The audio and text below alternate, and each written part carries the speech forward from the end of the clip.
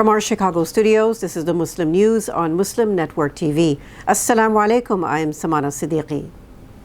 Former U.S. Special Counsel Jack Smith is strongly defending his decision to prosecute President Donald Trump. He warns that America's rule of law is facing a serious test during Trump's second term. Testifying before the U.S. House Judiciary Committee, Smith said Trump was charged only after evidence showed he had willfully broken the law. He said two separate grand juries in different districts reached the same conclusion. Smith told lawmakers that after losing the 2020 election, Trump pursued a criminal scheme to overturn the results and block the lawful transfer of power. He said investigators found proof beyond a reasonable doubt, including evidence that Trump knew his election fraud claims were false. Smith also warns that Trump is seeking revenge against prosecutors, FBI agents, and staff involved in the cases. He calls such attacks wrong and dangerous.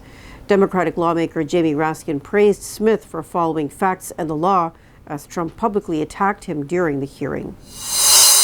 Vice President J.D. Vance is defending the Trump administration's immigration crackdown and calling on local governments to cooperate with federal authorities. Vance accuses local governments of resistance that is fueling disorder in some cities. Speaking at a public event in Ohio, Vance argued that cooperation with federal agencies is key to restoring order. He said he will travel next to Minneapolis to meet immigration and customs or ICE agents and local officials. Vance has urged city leaders to stop opposing enforcement efforts and accept the need for stronger border controls. The vice president said the administration will continue to prioritize removing undocumented immigrants with criminal records. While he acknowledged that mistakes can happen in law enforcement, he claimed that most officers act responsibly. Vance has added that better cooperation from local jurisdictions would reduce errors. His remarks come amid heightened tensions in Minneapolis after an ICE agent shot and killed 37-year-old Renee Good earlier this month, sparking local and national protests. The FBI has arrested two prominent activists in Minneapolis following a protest that disrupted a church service. Federal agents detained civil rights activist Nakima Levy-Armstrong and St. Paul School Board member Chantel Louisa Allen at the Aloft Hotel on Thursday. Authorities say the arrest stemmed from a January 18th incident when anti-ICE protesters interrupted a church service in the Twin Cities. The Justice Department had earlier announced a probe. Assistant Attorney General Harmeet Dillon said investigators are examining possible federal civil rights violations, citing interference with worship at a house of prayer. Plainfield Public Schools in New Jersey marked Muslim Heritage Month with a special event featuring Olympian, author, and entrepreneur Ibtihaj Muhammad.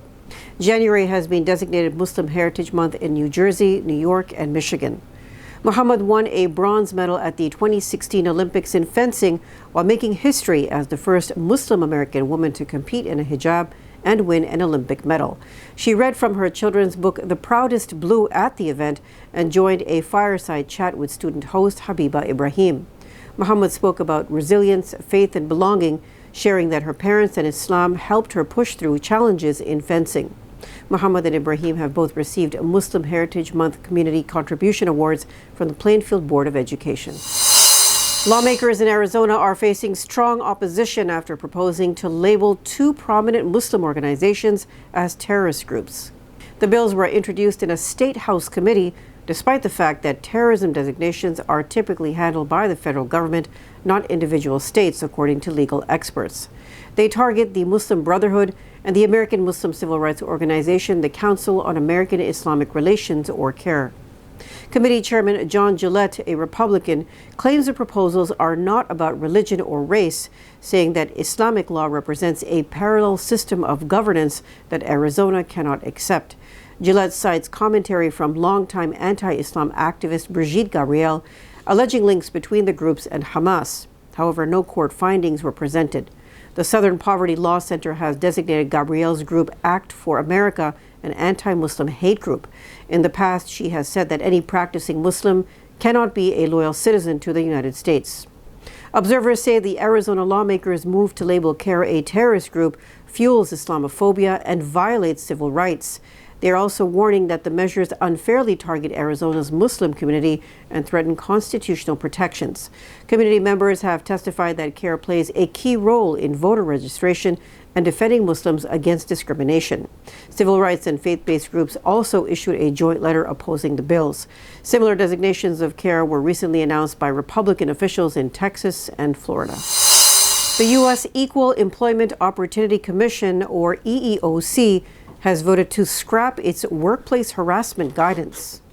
Analysts say the move marks a major shift in civil rights enforcement. In 2024, the EEOC received more than 35,000 harassment complaints. The government agency's new Republican majority rescinded a 190-page document. It explained how employers should prevent harassment under the Civil Rights Act of 1964 and covered protections for vulnerable workers. EEOC Chair Andrea Lucas claims the employers will still be bound by the law, citing recent harassment settlements, while Commissioner Brittany Panuccio argued that private legal resources can fill the gap. However, Democratic Commissioner Kalpana Kotagal voted against the decision. She warns that it leaves workers more vulnerable, noting that the guidance was a key response to the Me Too movement, which called out sexual abuse, assault, and harassment. Workers' groups protested outside the agency, calling the rollback a blow to workplace safety and accountability. Israeli soldiers killed 4 Palestinians in strikes across Gaza, despite a ceasefire that has been in place in the region since October. Israel's violations continued even after President Donald Trump and world leaders signed documents setting a board of peace to govern Gaza.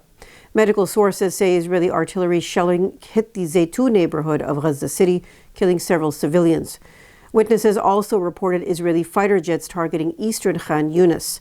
Artillery fire and intermittent gunfire from military vehicles followed. Separate airstrikes struck areas east of the Burej refugee camp in central Gaza. In eastern Gaza City, the Zaytun and Shujaiya neighborhoods came under renewed air and artillery attacks.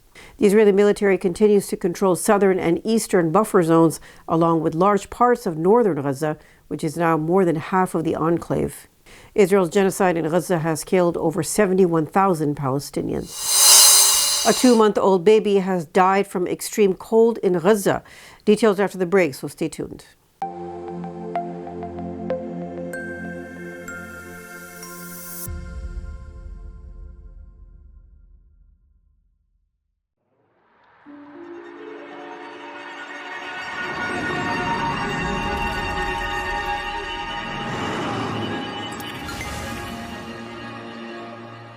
My name is Layla. I was an average kid until Zula Inc. broke into my life because my dad discovered time travel. After that, everything changed.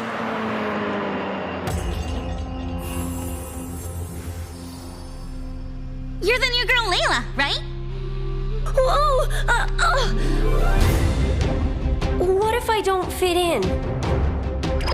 Abdullah! Do I hear my name? Welcome to Vancouver, cuz. Whoa!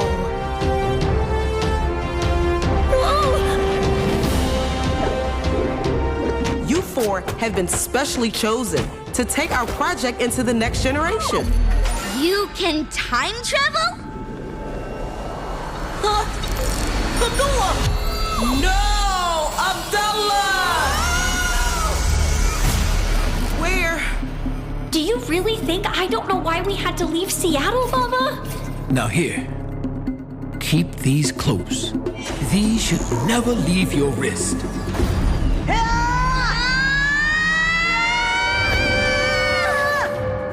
This virtual reality game is crazy. You can even eat. This is reality, buddy. We zoomed through a wormhole. Oh no, my Go Watch! It's gone! What does this do?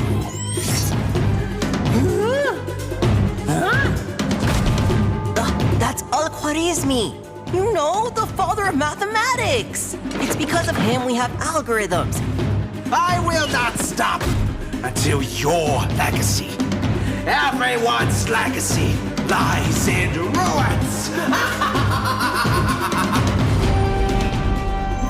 Of course it was you. You little rascals ruined everything. Your fate will be great.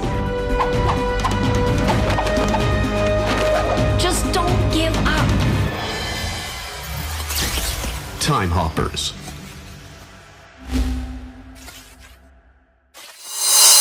A 2-month-old baby has died from extreme cold in Gaza as Israeli restrictions on aid to the region continue during a harsh winter.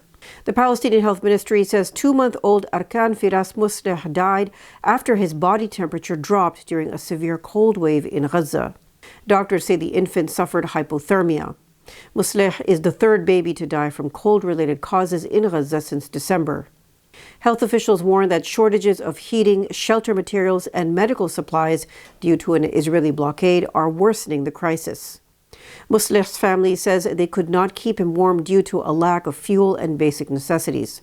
Since the start of the October 2025 ceasefire between Israel and Hamas, Israel has killed hundreds of Palestinians and continued to restrict life-saving humanitarian aid to Gaza. Aid groups say Israel's restrictions limit food, shelter, and medicine for the region's 2.4 million residents. A film recounting the final moments of a 5-year-old Palestinian girl killed by Israeli soldiers in Gaza has earned an Oscar nomination. The voice of Hind Rajab has been nominated for Best International Feature Film at the Academy Awards.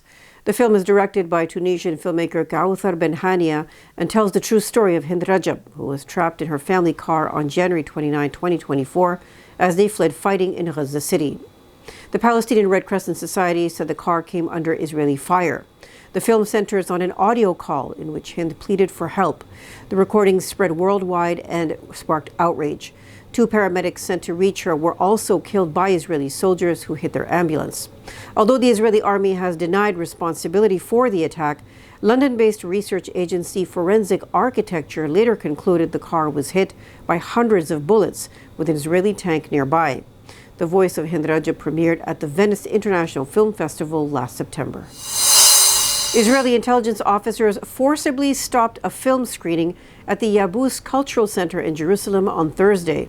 The center said officers entered the venue during the screening of 36, a Palestinian film that focuses on life under occupation. Organizers were ordered to stop the event immediately. No court order was presented. In a statement, Yabus called the Israeli raid a direct attack on freedom of expression. It said the move reflects growing restrictions on Palestinian cultural life in Jerusalem and violates international law. The center described the action as part of a broader Israeli policy aimed at suppressing Palestinian cultural presence in the city. Yabus is urging local and international cultural bodies, as well as human rights organizations, to intervene and help protect the right to cultural expression.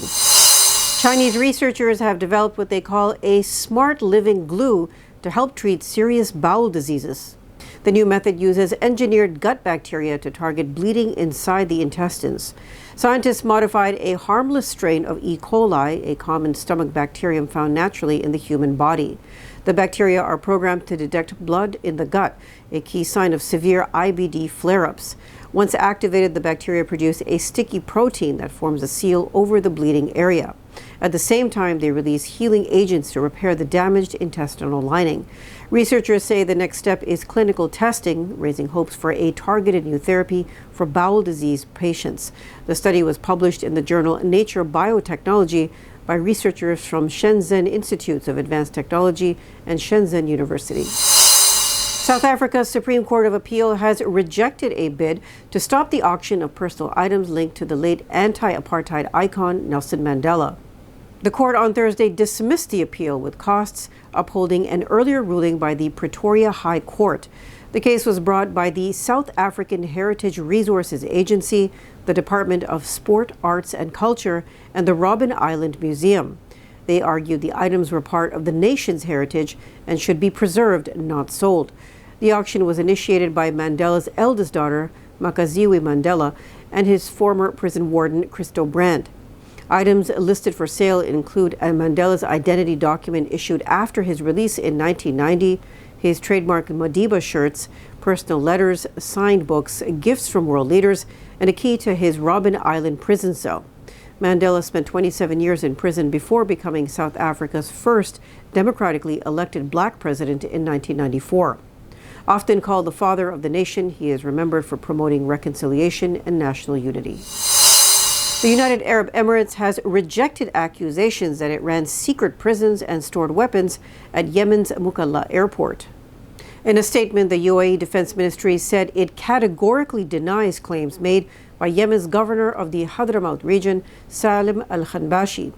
Al-Khanbashi alleges that there are detention sites, weapons, and explosives at Al Rayyan Airport in Mukalla. The ministry said Emirati forces fully withdrew from Yemen on January 2nd this year, adding that all equipment and weapons were removed, leaving no military presence behind.